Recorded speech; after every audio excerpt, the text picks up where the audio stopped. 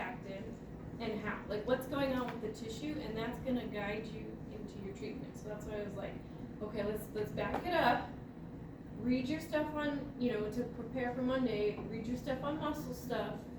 Here's some links on calf strains, and give you that background that leads you up to what would you do with her. So hopefully that helped you. Did you already give her stuff? Did it help? Did you get some stuff? Yeah. Cool. All right, so that was my goal with that. Just help give you that background that helps in how you decide what you're gonna give them. So, all right. Thanks for that. I hope it helped. Okay, so the deal with the objectives, and I also put up a cartilage and ligament review for those of you who are finding it helpful. It's up there for you to review that in preparation for our quiz, and I'll put one up for this as well. If you don't find that kind of stuff helpful, if you'd rather go to the objectives, if you'd rather just memorize every slide, I don't know. You don't feel overwhelmed by it, it's just out there as another resource to help you guys. Okay? Sometimes it helps to okay, tell me where I need to start. So that was the goal with that. Okay, so let's start. It's in line with the objectives too, right? Yeah. Yeah. It's just a lot of it is restating it in a different way, a little more directly. Sometimes objectives for courses, they tend to be broad, especially with physical therapy, because so much is under the umbrella. So let's start with muscle and tendon tissue healing. I don't know, I think when we're talking tissue healing and we're getting down to the nitty gritty right now, it's cool to see them under the microscope. The muscle over there, it's really cool to see the striations. And then tendon, you can see how everything is all aligned in the same direction, so that's the direction that tissue is resisting, or the line of force going through that tissue. All right.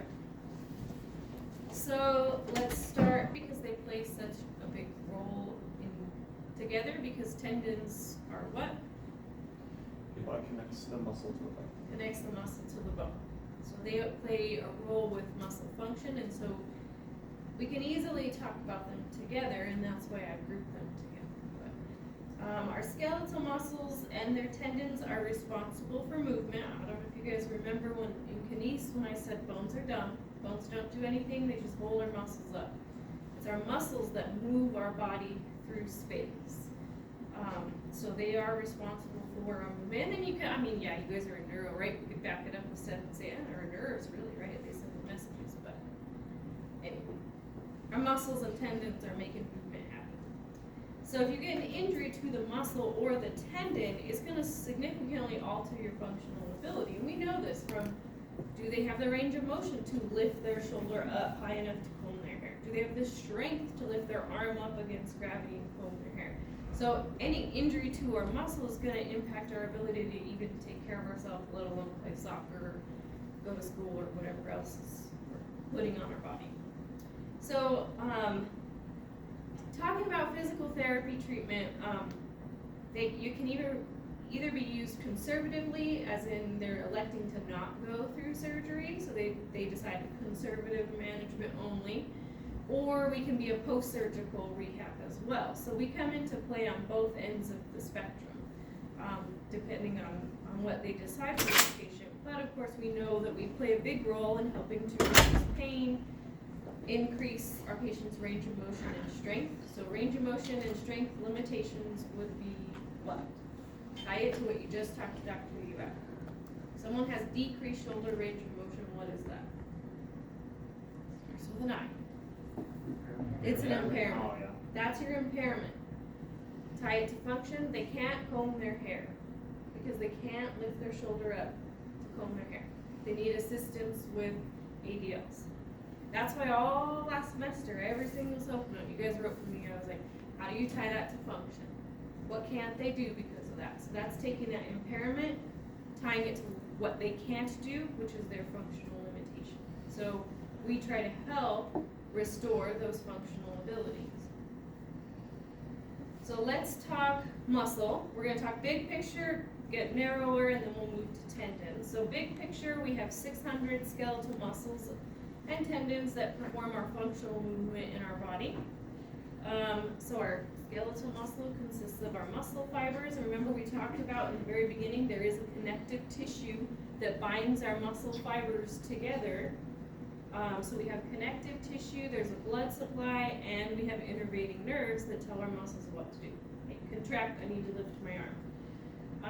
And then our tendons are these dense fibrous connective tissue. If you're keeping track of if it's dense or not dense, but they're dense fibrous connective tissue that consist of collagen fibers, which are oriented parallel, if you remember that picture. And that gives them the strength to resist that tension along their length from the muscle to the bone connection. And they extend from the muscle and attach it to the bone. There's also an extracellular matrix, fibroblasts, elastin, ground substance, kind of all the same stuff in all these different tissues. It just depends on how much of each that tells you whether it's a tendon or a ligament or a bone or a muscle, right? Just a little bit variation. And take elastin, right? You're gonna have more elastin if that tissue needs to stretch more, less or none if it's like bone, it doesn't need to stretch. It's just gonna resist compression. All very similar stuff inside of our tissues.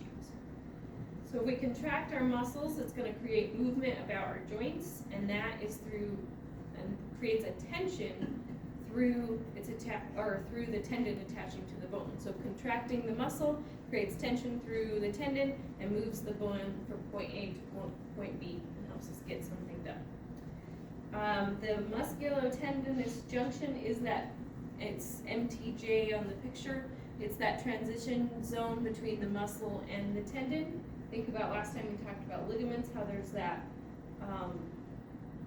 what did I call it, like transition zone as it attaches from bone to bone. Same thing between muscle and tendon, it kind of transitions between muscle and tendon, and that's just a variation in the structure of the tissue as it's transitioning. That area transmits the force between the muscle and the tendon. So let's get smaller level. This should be a review from kines. We started this in kines. But the muscle tissue consists of our muscle fibers and that connective tissue. So there's 3 layers of the connective tissue that surrounds our bundles of muscle fibers. Remember this from kines? Yeah. So the epimysium surrounds the entire muscle, and it's continuous with the tendon, so that's that connective tissue connecting everything together. The paramysium, you can see it in the top picture there. It connects the groups of muscle fibers, or the fasciculus, together. And then the endomysium is within each fasciculus, and that surrounds each individual muscle fiber. So that's going biggest to smallest. Epimysium's on the outside, paramysium's in the middle, endomysium's the innermost. And then we have our muscle fiber, or the muscle cell is the smallest area, and that's divided into the myofibrils and the myofilaments.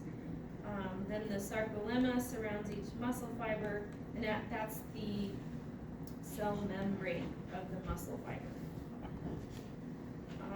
The myofibrils are bundles of these contractile proteins, actin and myosin, and they are grouped together in that sarcomere, and you see that as C. Like I said, all of this should be reviewed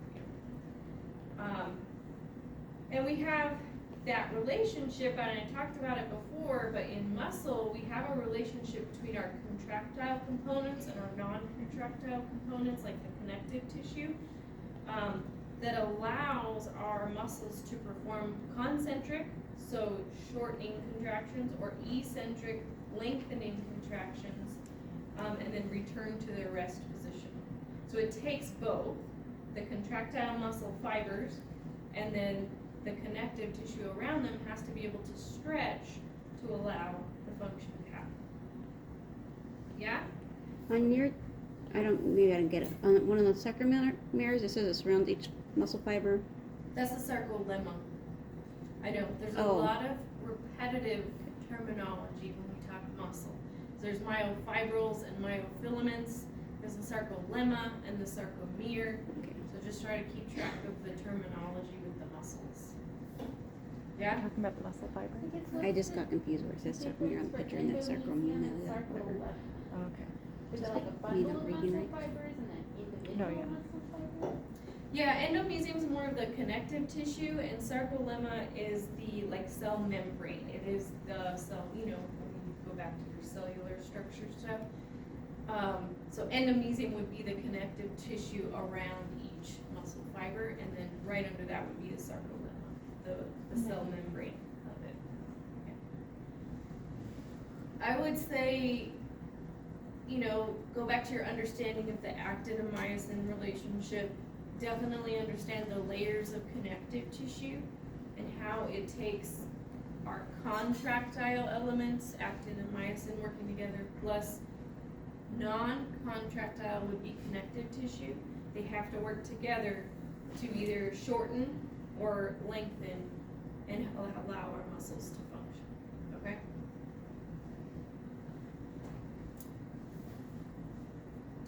We didn't have a macrostructure tendons. They're just tendons, so we're gonna get into microstructure. So tendons function to facilitate movement or our joint stability just by transmitting the force between the muscle and the bone. They also store energy for later movement, and this goes back to what we talked about at the very beginning of kinese and of the ability to store up energy. So think about your plyometric exercises. You get this eccentric stretch on the muscle that stores enough energy to be able to then quickly do a plyometric jump. So that, a lot of that is stored within the tendon. So it has that ability to store up energy and then transmit it up through the muscle for later use. So that's pretty good stuff. So tendons themselves, they're able to withstand a lot of physiologic load, but they do have that risk of injury to trauma.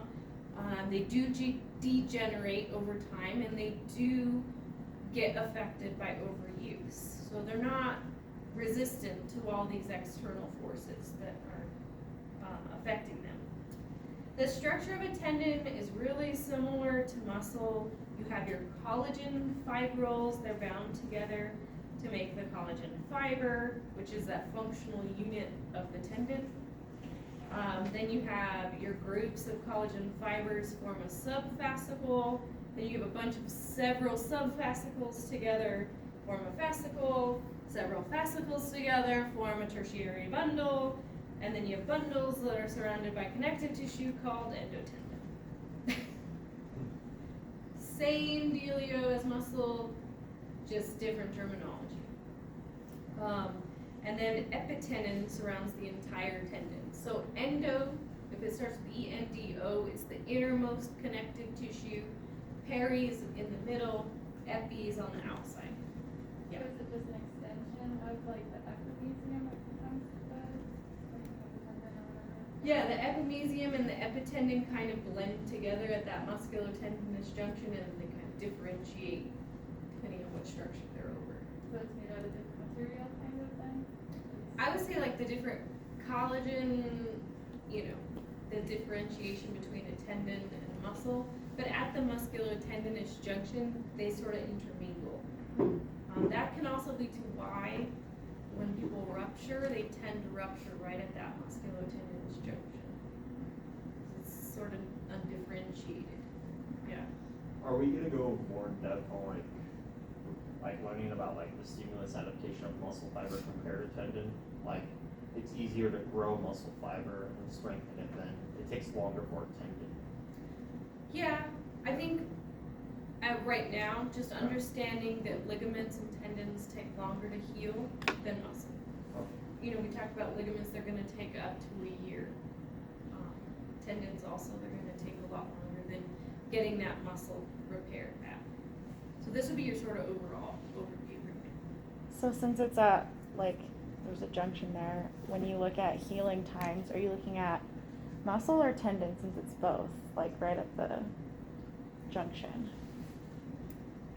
I would tend to err on the side slower tendinous, just because it is this junction between the two structures. And so whenever you get that, you tend to err on the weaker, the less time. Okay. Versus muscle that heals faster, I would tend to give it more time to heal like a tendon. Okay. Yeah. Yeah. So tendon, similar to ligament, it transitions from the tendinous structure to the bone, just like a ligament. There's bend. Sorry, you said there was a paratendon as well, right? There is. Well, so there's a P-E-R-I, Yeah. but there's also a P-A-R-A, paratendon, that surrounds the whole epitendon. But I didn't say that because I didn't want to confuse What it. is the? So thanks for shouting that. Yeah. What is the peritendon surround? It would be in between, just like the same structure of muscle, how you have the endotendon Yep. or endomysium around the fiber, and then you go to perimysium, P-E-R-I, you have a peritendon, same thing. Okay. It's very similar to muscle, we're just talking about surrounding collagen fibers right now for the tendon. This is mostly collagen versus those myofilaments for muscle. Yeah? And is it endotendon with a second D, is that a typo, or is it tendon or tendon? Tendon. Okay. With the D? No D. It's tendon. It's Yeah, not- tendon. So Just it's like tendon. mesium is muscle. Tendon.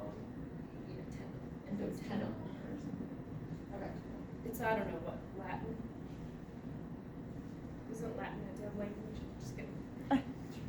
Well, that's Yeah. not medicine. Well, don't they call it, it's a dead language because you can't add anything new to the language anymore? Then it's technically a dead language at that point. Like, yes, we're Yeah. always still learning it and it plays a huge role in anything medical, but you can't add anything to Yeah. Latin anymore. It is what it is. Also, I think it's dead too from like, no one can actually speak Yeah. Latin like You how just it walk was around. spoken back in the day. Speak Latin. Yeah. Yeah. Because each language puts their own like emphasis on Latin, it's not the original, because no one will know how they actually spoke it back in the day. Yeah, you don't just speak Latin, you speak maybe Italian or Yeah. Spanish. Yeah, yeah. So yes, tendon is very similar to ligament in that it does do that direct attachment to the bone where it goes from tendon to a fibrocartilage and mineralizes right as it attaches to the bone. Same as ligament, right? We're seeing a lot of repetition right now. It also has those collagen Sharpies fibers that come off and attach to the bone as well. They're also called Sharpies fibers. So there's a lot of repetition right now. We're just talking about slightly different structures. So if that helps in understanding. So let's jump back to muscle. We're going to talk about muscle fiber types. Jog my memory. Did we talk about this in class? Or is this new? This is new. Okay. Okay, so the differences in muscle fibers are based on the shape of the fiber and its function. So we have two categories of muscle fiber types. We have our slow twitch fibers, which are our type 1 muscle fibers. These are slow oxidative fibers. They're red fibers due to their presence of myoglobin. And myoglobin is that oxygen binding protein. So they're red because they have a lot of oxygen within their structure. They're good for that continuous aerobic activity, high endurance, fatigue resistant muscles. So what would be a muscle that you need to continue to function no matter the shape? Well, which one in walking? Huh? I didn't hear you. What muscle in walking needs to continuously be firing? Your gastrocnemius. Soleus. Soleus is a slow twitch fiber, as it's continuously firing as And we're then the taking action. gastroc would be considered fast twitch. It has a little more explosive ability. It's a 2-joint muscle also, yeah. Postural muscles. Anytime you're upright and about, sitting, standing, doing anything in your life, your postural muscles are firing to keep you upright, so you're not like this. You're not supposed to be like this. So though our erector spinae are slow twitch fibers because they continuously need to be holding our spine upright. Yeah? Fast twitch fibers are type 2 muscle fibers. These are our fast glycolytic fibers. So if they're glycolytic, that means they run off sugar. They run off that glycogen cycle. If any of you guys have taken the whole like Krebs cycle type stuff. These are anaerobic activities, are explosive power, quick to act. They give you a short-term burst of energy and then they'll fatigue out. Plyometric activities, short-term running, sprinting, jumping, that explosive quick energy. You can't jump up and down all day long. Your muscles will fatigue before you can accomplish that. So these work without oxygen and they run on sugar. So slow twitch is your dark meat, fast twitch is your white meat. In case you wanted. It's not Thanksgiving anymore, so yeah, in case you wanted to know. We do need to know that because when we're talking about rehab, and we're talking about rehabbing a certain muscle, do we need that to be an explosive activity? Are we going to end up doing plyometric in late rehab? Or are we wanting to do a lot of endurance training? And we'll talk about that a little bit today, but just to give you that background. So injury, what happens if we injure these structures? If we have a musculoskeletal injury, there's a force on the body that's either a one-time, and I'm going to help you guys define some of these terms. It's a one-time supraphysiologic load greater than the tissue's tolerance or a sub-failure load for a prolonged period of time. So, does anyone know what a supraphysiologic load is? Greater than your physiology can handle? Anything bigger than what your muscle, your tendon, your structure can handle, the weight of, the load of, the capacity of, and it will cause immediate rupture because that load is too high for that tissue to tolerate. So I saw this video yesterday or the day before. Probably shouldn't be watching it, but anyways, a gentleman was doing curls, sitting on a bench, and when he went to lift it, I'm assuming it tore, and you just saw the muscle like pop Contract up here. up.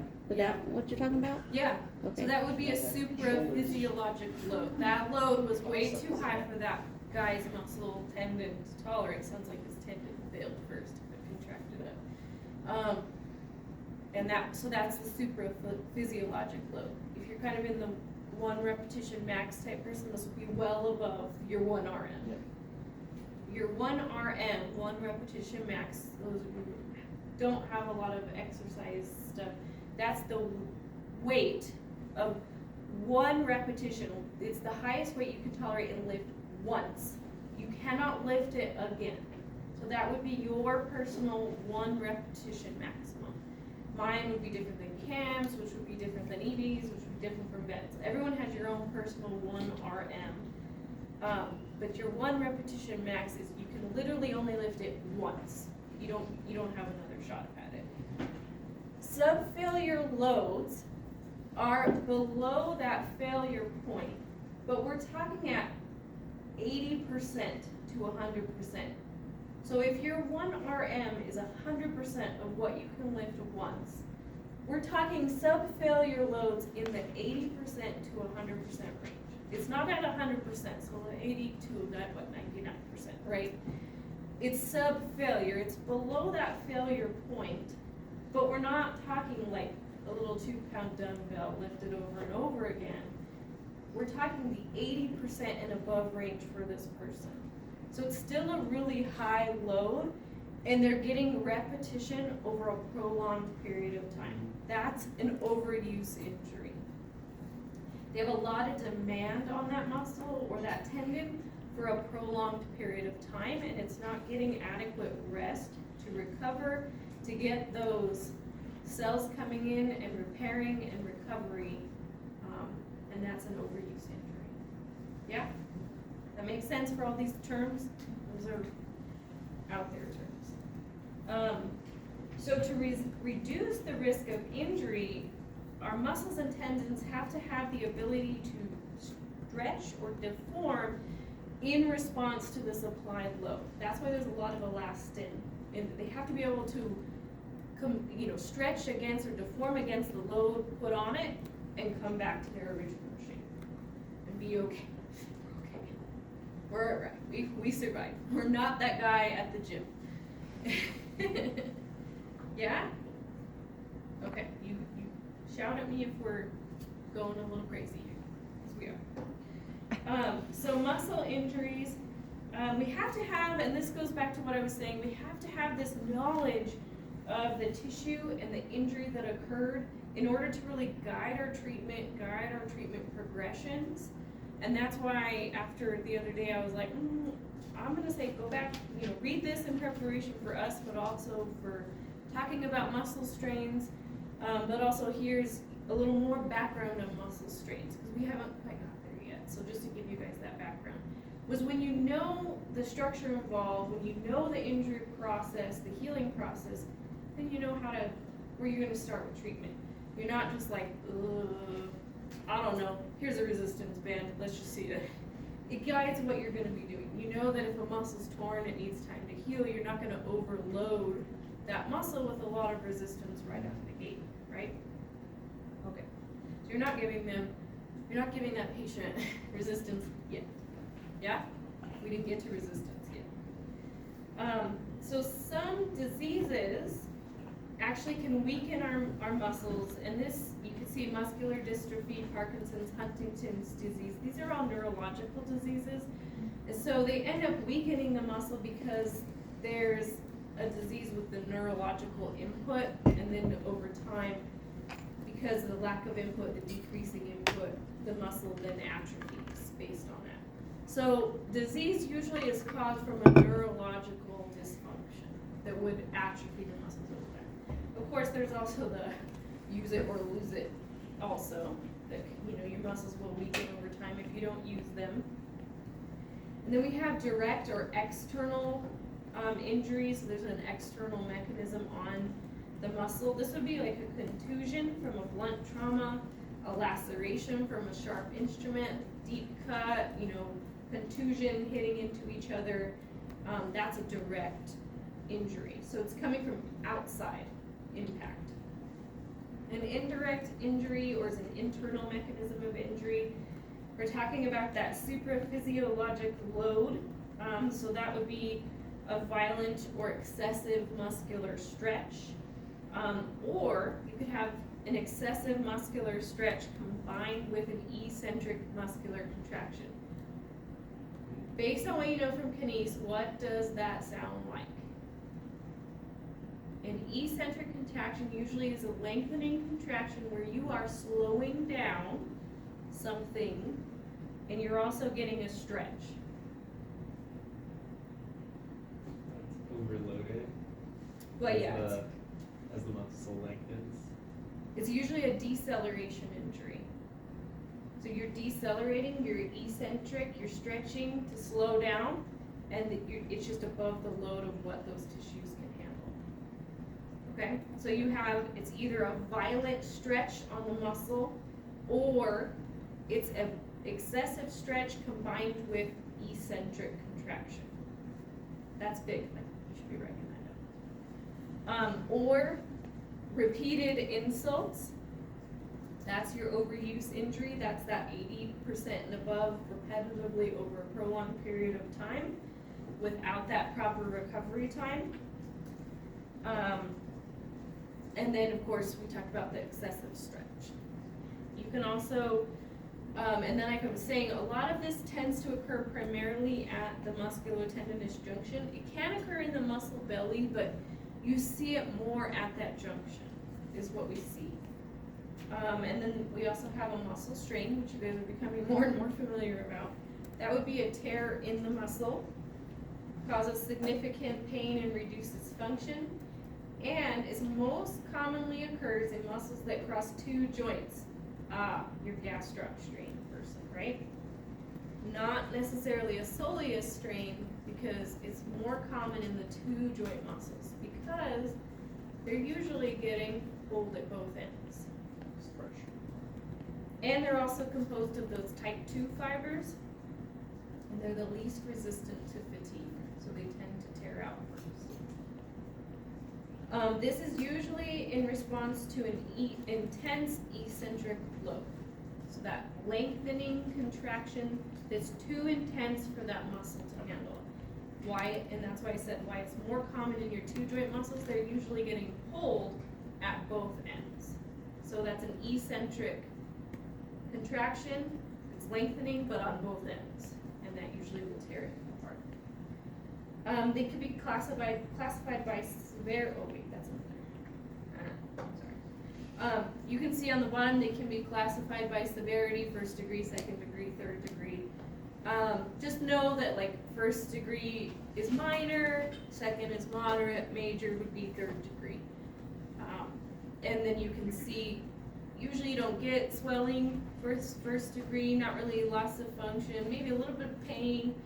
Usually these people are the ones that walk it off. They're like, walk it off, you'll be fine. Moderate, you'll start to see swelling. There's a good moderate amount of pain. About half of the muscle fibers are torn. And then by third degree, you get a rupture, a complete tear through the entire muscle. There's a significant degree of swelling. Usually you'll get nerve damage, and so you don't see a lot of pain, maybe at first, but then there's nerve damage and then it goes away. It's important for you to know the difference between a strain and a sprain. So a muscle or tendon injury is a strain, and a sprain is from a ligament. So when you sprain your ankle, it's usually a sprain of the ligaments of the ankle. Versus your gastric patient was a muscle strain. And that's just technical terms right there. So let's talk tendon injuries. So muscles, they attach to the bone via the tendon. So usually if we're getting a muscle injury, we're also seeing a tendon injury. Usually they occur together, but you know, there are specific injuries that impact just the tendon itself, and that's what we're kind of talking about here. So tendinitis is an acute injury to the tendon, and it does trigger an inflammatory response. So you get that whole cascade. They do present with pain, functional loss of range of motion. They have inflammation, which is pain, warmth, swelling, redness to the tissue. That's telling us that tissue is inflamed. Usually it occurs from performing an unfamiliar repetitive injury 1 to 7 days before treatment. Usually these are your weekend warriors, and they decided they're going to go rock their whole backyard today, Saturday, and a couple days later they're feeling it from that. So they're doing something repetitive that's not their body is not familiar with, and they'll feel it a couple few days later. Because now you're in that inflammatory response a couple days later. So would they both be like a subfailure injury, even though one's sooner than the other, or would that be? Yeah, I would say tendinitis. They probably overdid it repetitively, but it's not over a prolonged period of time. It's sort of like an acute phase. That's why I said like your weekend warrior. Versus a tendinosis is over a longer period of time. It's a chronic degenerative change. Sorry, my phone just something's going on. My daughter's okay. It's a chronic degenerative change. No, this is the education department right now. Someone tested. It takes so long to get positive tests that they're like, someone tested positive, but a week ago because they just got their results. Anyway. So my husband had to run over there with a home test to show them that she's fine, and that was a long time ago that the person was even. Sorry. In case you wanted to know what's going on in my life. So tendinosis, chronic degenerative change of the tendon, usually you don't get an inflammatory response because it's just chronic, it's over a long period of time, it's that subcellular load over a prolonged period of time. It's like, it doesn't really have the chance to kick off that inflammatory cascade. Usually you see this in like Achilles tendon, quadriceps tendon, supraspinatus tendons, and usually these people have pain for many, many months before they come in and get treatment. They're like, oh yeah, my shoulder's been killing me for months. Oh, it's that supraspinatus tendon. It's got a tendinosis, right? Or my Achilles, oh man, you know, I've been walking on it for months. It's been killing me. Versus a tendon rupture is usually an acute thing, right? Trying to lift the weight. Or if you watch basketball, was it a year or two ago in the finals? One of the team's players in the NBA, he ruptured and I called it. We were watching it, and I was like, "Yep, that guy just ruptured his Achilles." And you know how they're like, "Word from the locker room is he ruptured his Achilles." You could just see. I mean, you could just see it. Kevin Durant. Yeah. Yes. Kevin Durant, yeah. Yeah.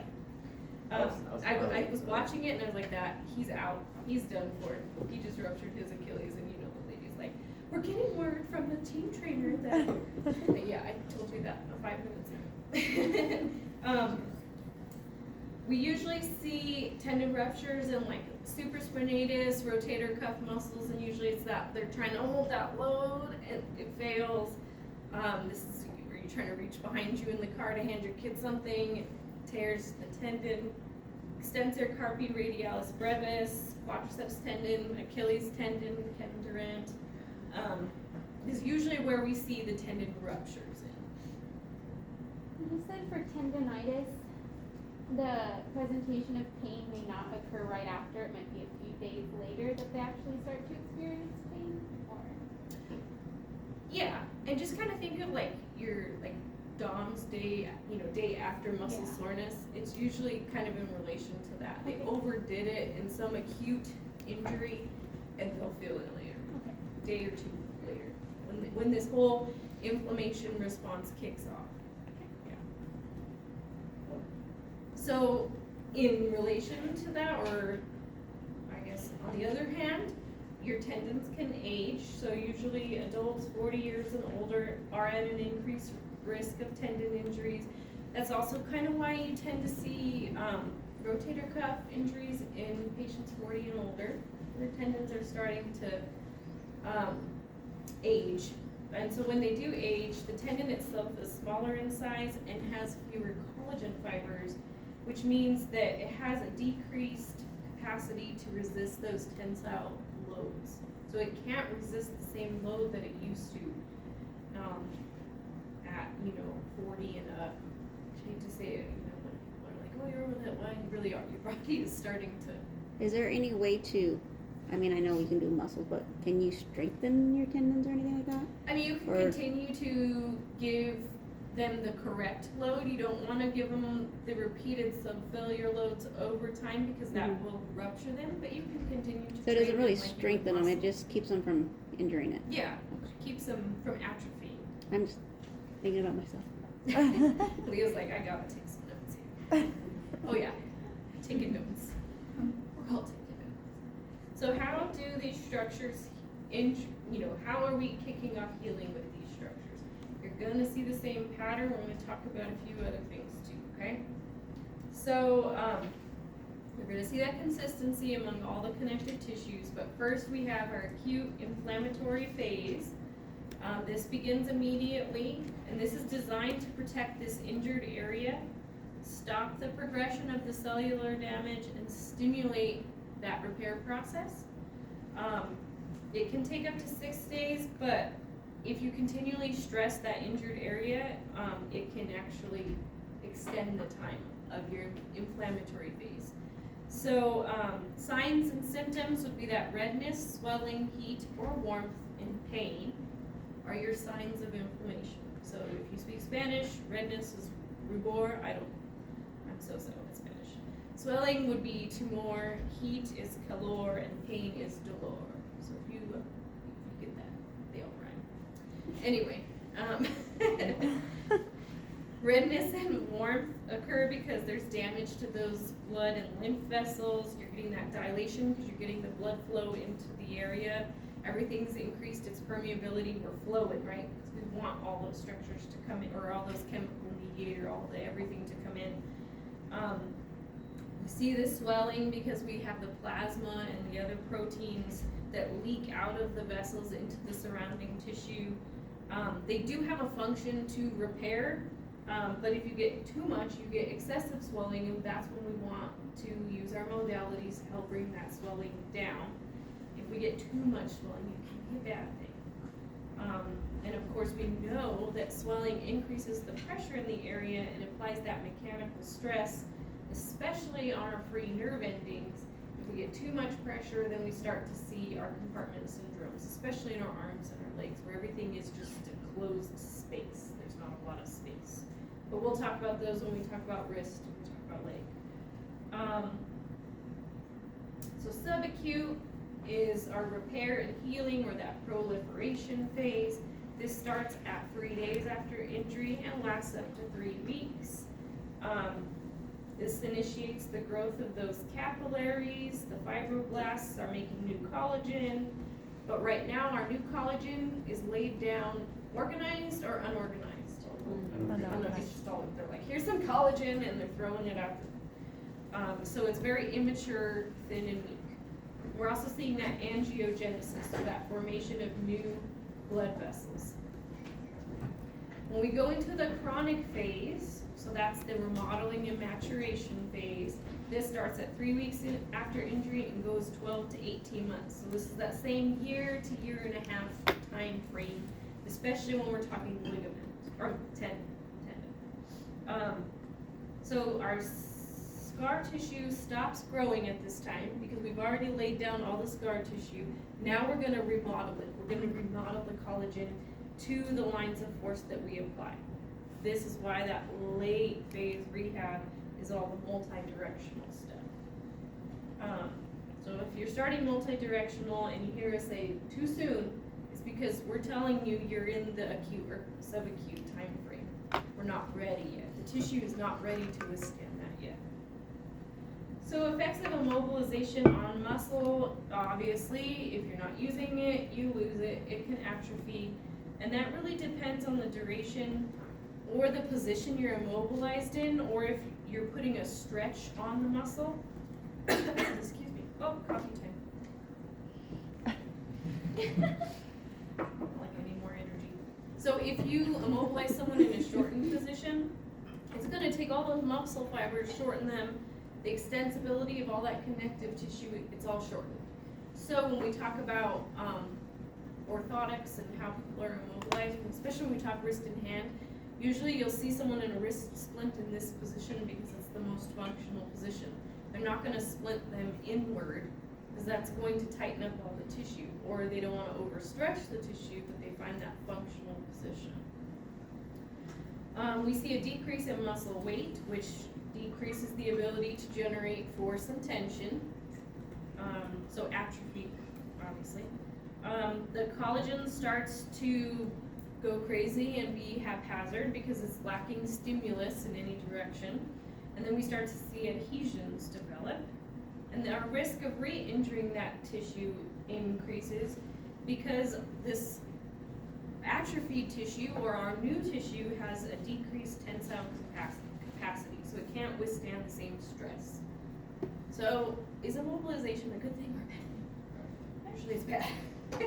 I mean, you need it for tissues to rejoin and muscles or bones to heal, but this is where we find that balance of starting that movement and immobilization.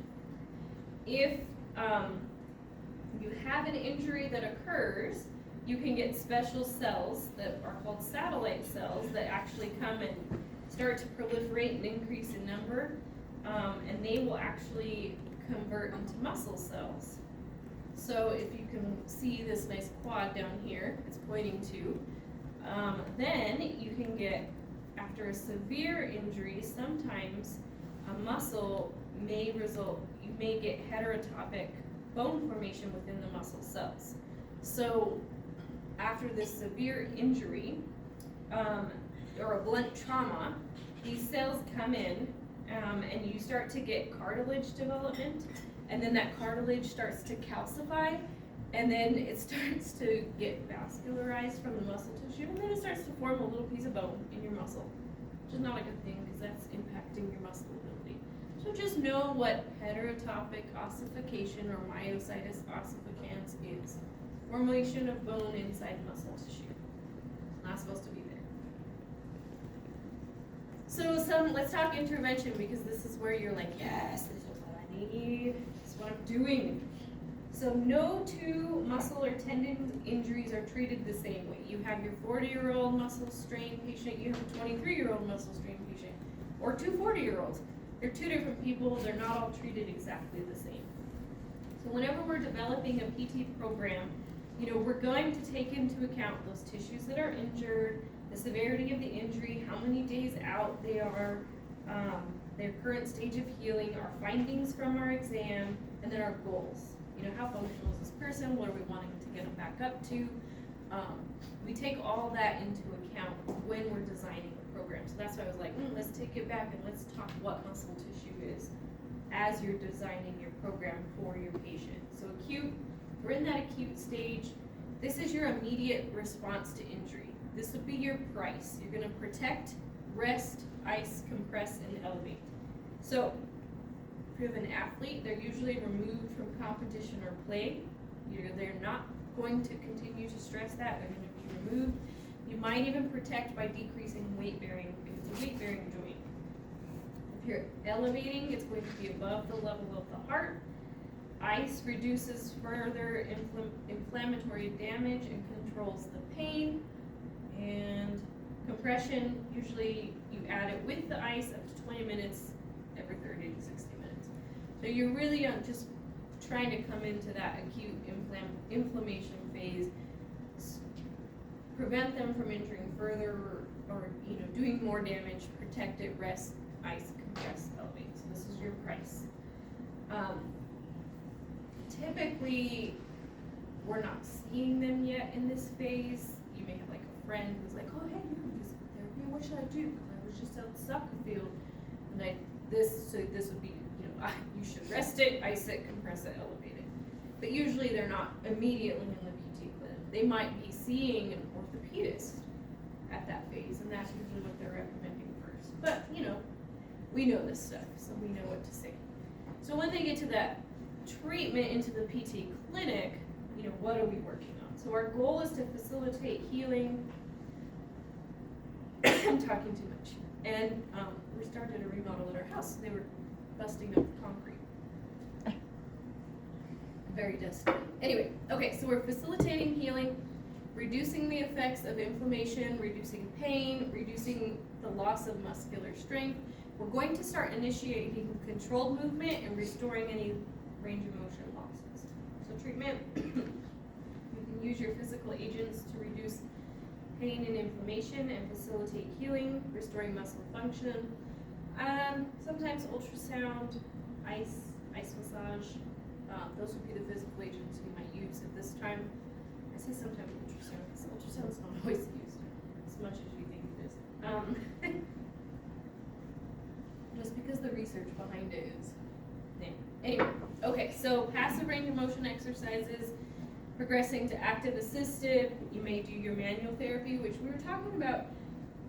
So far, the only manual therapy you guys have learned is soft tissue massage, but pretty soon you're going to be starting joint mobilizations and Therex.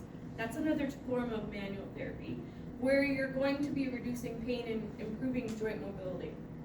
When you're doing joint mobilizations, you're trying to get back that slide and glide that we talked about, and then I made you know for every single joint in the body.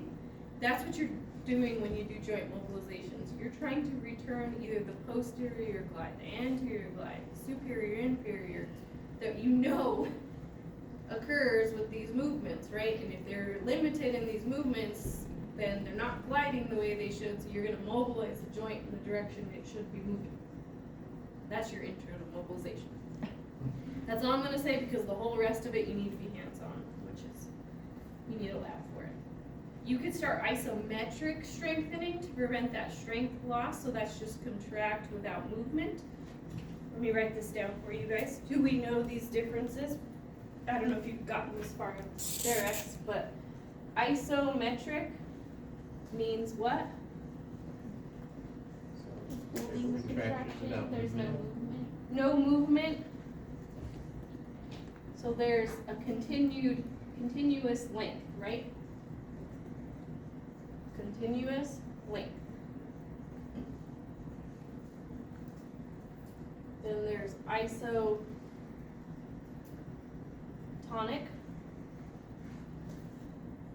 Continuous tone, which would be your concentric, eccentric, falls into that category. And then you have isokinetic. Did we talk about this in kinese? Yes. Okay, this is a review. So this would be continued time or speed. And then this one usually needs a machine to maintain that speed. Okay, just to review, because we're gonna start really talking about that. We're gonna be like, oh, isometrics, do your isometrics, do your isokinetic training. So just remember all that from kinese. And then if you're giving them a home exercise program that involves all of this, you remember to remind them that they should not be painful. We should not be reproducing pain in this acute stage, okay? Because if it is, you're doing too much, too fast, because they're still in the acute stage. And I'm gonna try to keep my flow here, guys, because we're trying to wrap up tissue healing today. So subacute stage, our goal is to progress and restore full active range of motion and passive range of motion of the tissue. We're starting to initiate muscular strengthening, address any leftover swelling, reduce any leftover pain, and initiate all those functional movements. Remember that in this phase, the body is depositing immature collagen fibers, so your treatment should appropriately stress that for normal healing and a mobile scar, but don't overstress your tissue at this time. So you want to avoid pain during exercise. It shouldn't be too painful. It's not a no pain, no gain type thing here. Treatment, you should promote normal healing, avoid pain, your active range of motion. You're going to do multiple sets and reps. And that's because we're kind of in the endurance of the muscle phase right now. So you're doing more like 3 sets of 10, 3 sets of 15. Like we're up there in our sets of reps. Static stretching. If you're giving someone stretching and you're in the subacute phase, you should follow the principle of low load, long duration. It should be a gentle pull. They should not be fighting. Like if some of you have tight hamstrings and you're like, oh, I can't any further. And you can feel your knee wanting to bend against your stretch, right? It should be gentle enough for them to sit and hang out for at least 30 seconds, minute, 2 minutes. They should feel a stretch, but it shouldn't be painful. It shouldn't be overstretching. We call that low load, long duration stretching. That is how you are going to get that tissue to stretch over time. Those like ballistic stretches aren't doing it. They are not going to stretch the tissue. You need to give it the stretch and hold. Yeah. So when we're doing exercises in that rep range, 15 to 25 reps, is that more for the type 1 muscle fiber? It's for the endurance The endurance aspect fibers, of it? yeah. Okay. Yeah, because you start with a little bit higher reps for endurance, and then you'll bring it down for strengthening. Yeah. So determining on what strain, of what muscle we have, do we Yeah. determine the rep range based on that, or? I mean, you're usually gonna start in, because there's gonna be the fibers. You want each muscle to still have a capacity of endurance. Okay, yeah.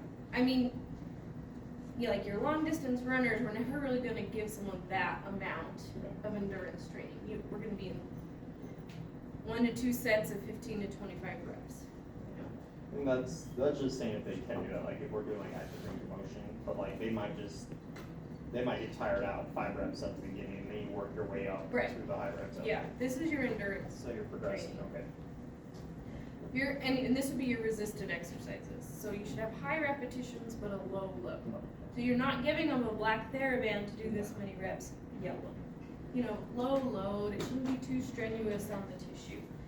This is going to assist those collagen fibers to orient and the tensile capacity to increase without overstressing this new tissue. You could do neuromuscular electrical stimulation, just to help with, it has to be the neuromuscular to assist with strength restoration. In the next 5 minutes here. Okay, so chronically, obviously we're in the remodeling maturation phase. So our goal would be to further increase endurance capacity, progress strength, progress functional exercises, and return to function, return to sport. So now our collagen fibers are really going to respond to the stress that we put on it. So now you want to get to that multi-directional stuff. Because even functional activities, we don't like lift like this to comb our hair, right? Like it's diagonal. Even a lot of anything we do in our house is diagonal activities. That's where when you talk D1, D2, in neuro, we do use that a lot in ortho because it's functional patterns. So you see people strengthening in the D1, D2 patterns just because they're functional patterns. Did I just overwhelm your neuro brain? Sorry. Yes, you're getting further. So when they're pain-free, if plyometrics are functionally necessary, power training, this is when you're going to do it. You're not going to do it any sooner than the chronic stage. So our tendinosis patients, that chronic patient, usually we'll do eccentric exercises with them in this phase. It's just to further that tissue. So let's move on because I'm going to try. Okay, so neurovascular tissue, I thought this was a cool picture because you can see this is an artery. It's got a hole in it. This is a vein. It's got a hole, but arteries are more plump because they have a lot more force in them. And these are all your little neural bundles. Anyway, are those? Okay, so when we talk nerve injury in ortho, we're talking a peripheral nerve injury. We're not talking central nervous system, we're talking a peripheral nervous system. You had some kind of injury to your arm, your leg, any one of those peripheral nerves, okay? Little bit different than a central nervous system injury, but you know, it's still a nerve. A nerve's a nerve.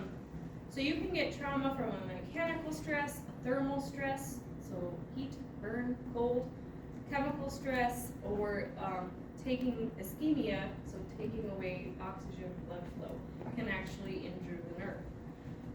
Our peripheral nervous system is highly vascularized. That's why they talk about your vein, artery, nerve. They all run together. Our nervous system is very much vascularized from all of those arteries as well. If you get damage to a nerve, you're going to get a very intense inflammatory reaction because it's very highly vascularized. How do we know? We know there is a complex and extensive blood supply, and this is just required because nerve conduction takes a lot of energy of your body, and so it needs a lot of oxidation, it needs a lot of nutrients to maintain that. There is a whole vascular plexus, which you can see it's all interwoven within the epineurium, perineurium, and endoneurium, because now we're talking nerve, which are those connective tissues around your nerves. If we have a nerve trauma, you're going to get a very brief period of vasoconstriction, so it's going to limit the blood flow to create that hematoma, right? Then you're going to get an increased vascular permeability to release serotonin, histamine, all of those cells that's got to come in and repair everything. You will get edema within that connective tissue, endoneurium, perineurium, epineurium, because we're talking nerve. And then you get this drastic change in fluid pressure because you get constriction and then increased vascular permeability. So that's going to affect the oxygen transport and nutrition, which affects nerve conductivity, okay? So our peripheral nerves are highly deformable, they're very viscoelastic. So here we have a few terms in terms of load on the nerve. So we have creep, which is the ability of our nerve tissue to change to a new length in response to a constant applied load. So it creeps based on this constant load. So the greater this load is, the faster the tissue is going to deform or creep. Then we have our stress relaxation. This is very similar to creep, but this would be time dependent. So the amount of time that it's under the load. So if a material is elongated and then it's maintained at that length, so for a long period of time.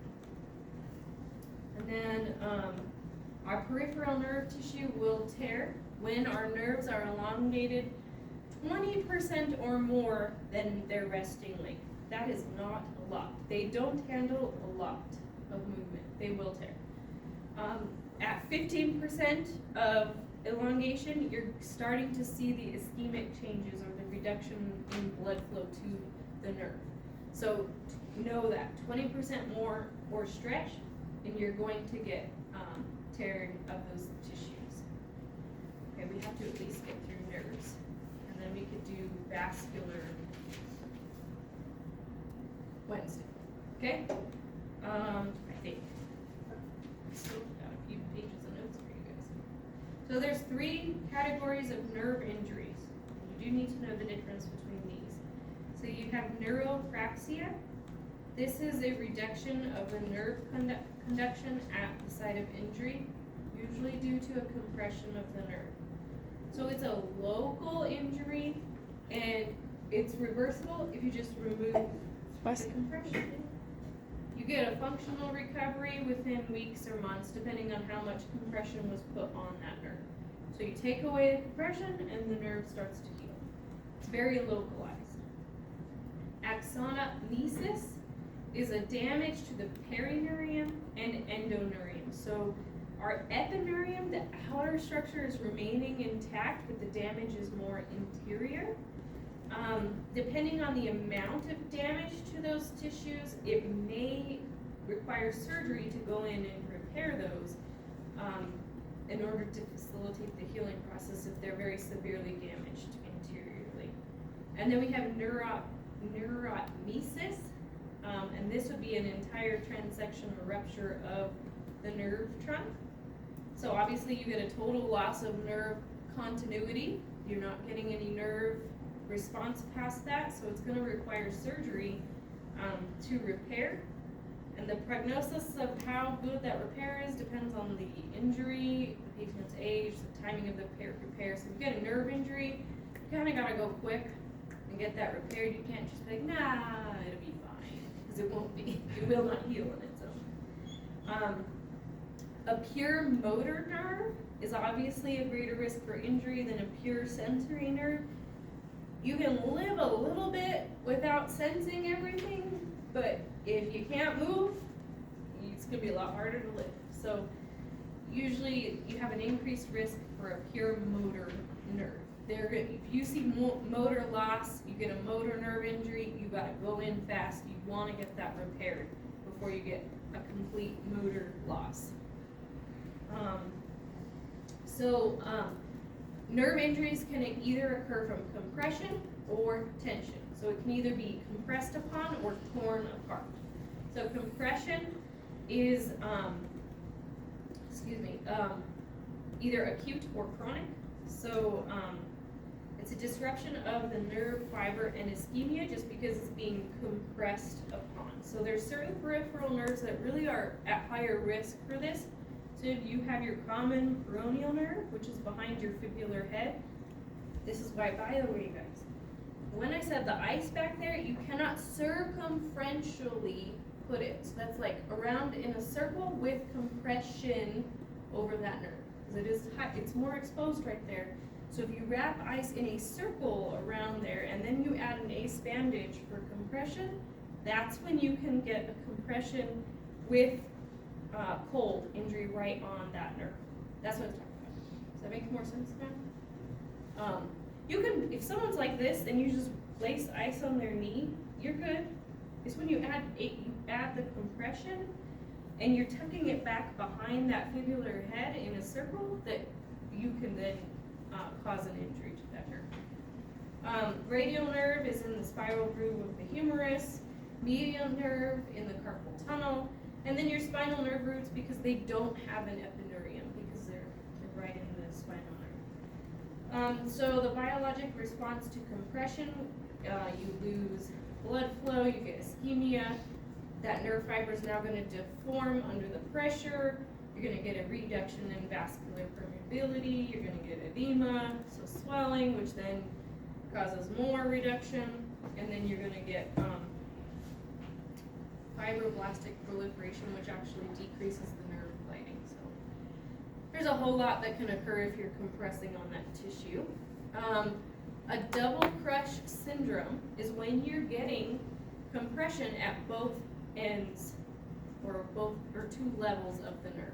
So an example would be you get compression from the cervical nerve root, you get maybe a forward head posture, you're getting some kind of compression as the nerve exits the cervical spine, and then you got this horrible posturing, you're compressing on the carpal tunnel, so that median nerve is compressed up here, it's going down through your elbow, and then it's compressed in your carpal tunnel. Still the same nerve as it travels up, but you're getting compression at both ends. You can also see it at the elbow, you get an entrapment at the elbow, and again, the cervicothoracic nerve root. So double crush is it's getting compressed at two levels. So anytime there's compression, it's going to reduce that nerve conduction, it reduces the blood supply to the nerve, and all of those proteins that should be there. This is it. And then we'll talk nerve repair after. We're going to end with injury, we'll talk repair next time. So traction neuropathy is its response to stretching. So an acute example would be athletes kind of usually get, like, they call it a burner or the stinger, and that's when their brachial plexus is compressed between their shoulder pad and their scapula. It's like kind of compressed, but then it ends up getting stretched. I don't know. They're usually like, oh, that stings. Yeah, that's what it is. It's just a traction on that nerve. A lot of times we see it more commonly in lengthy surgeries because they're put, in a position to expose a surgical field, and then that ends up tractioning, or they might even be in traction depending on the surgery. So that ends up pulling on those nerves. I've seen that a lot. Very common after, like, cardiac surgeries that are long surgeries. You may see like some kind of nerve injury peripherally, just because they were under for a long time in a tourniquet or in a position for a long time. If they are in a prolonged joint immobilization, especially if they're put in an intense stretch where they shouldn't have been, we'll see that sort of traction injury. So that's why usually we talk slow, controlled stretches, or they're immobilized in more of a functional position, especially on the nerve. Okay, good. I think that's a decent stopping point. We can wrap up the last few little bits of nerve and vascular. It's pretty straightforward. Orthopedic pharmacology, we're going to talk half Wednesday and the other half Monday. So I'll release the first one for you guys tonight, so you can have that to see, so you don't overstudy. Sound good? Okay, sorry I went over a few.